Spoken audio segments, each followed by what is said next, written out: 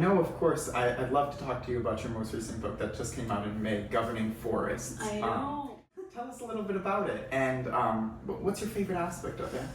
Firstly, this book took 7 years to write.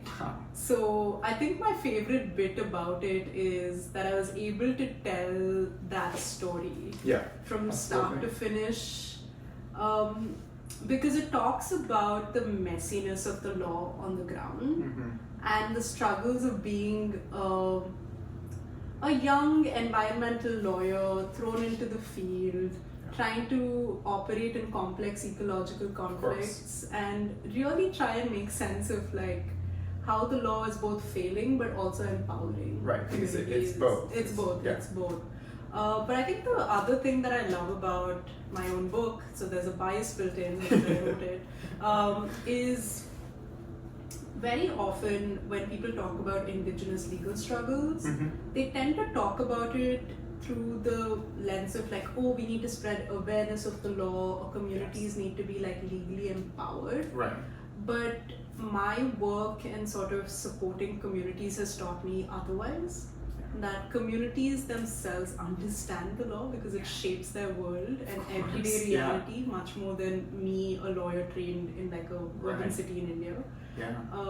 And that communities are making those legal decisions and have like aspirations in terms of where they want the future of law to be and what it should do in their struggles for sovereignty, consent, and broadly speaking, stewardship of their lands and waters.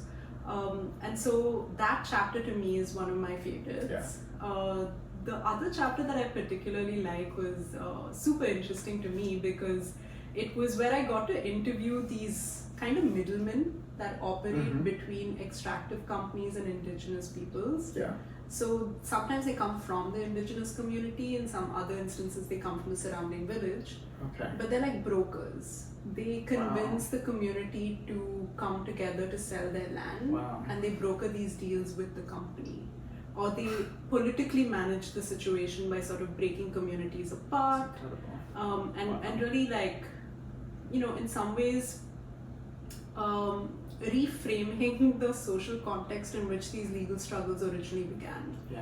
And so I had the chance to interview like 5 of them. And so just hearing their stories and tactics that they use and how they operate and all of that to me is like was really enriching, but also really troubling because sitting through those interviews was not easy, knowing where my politics lies. Absolutely.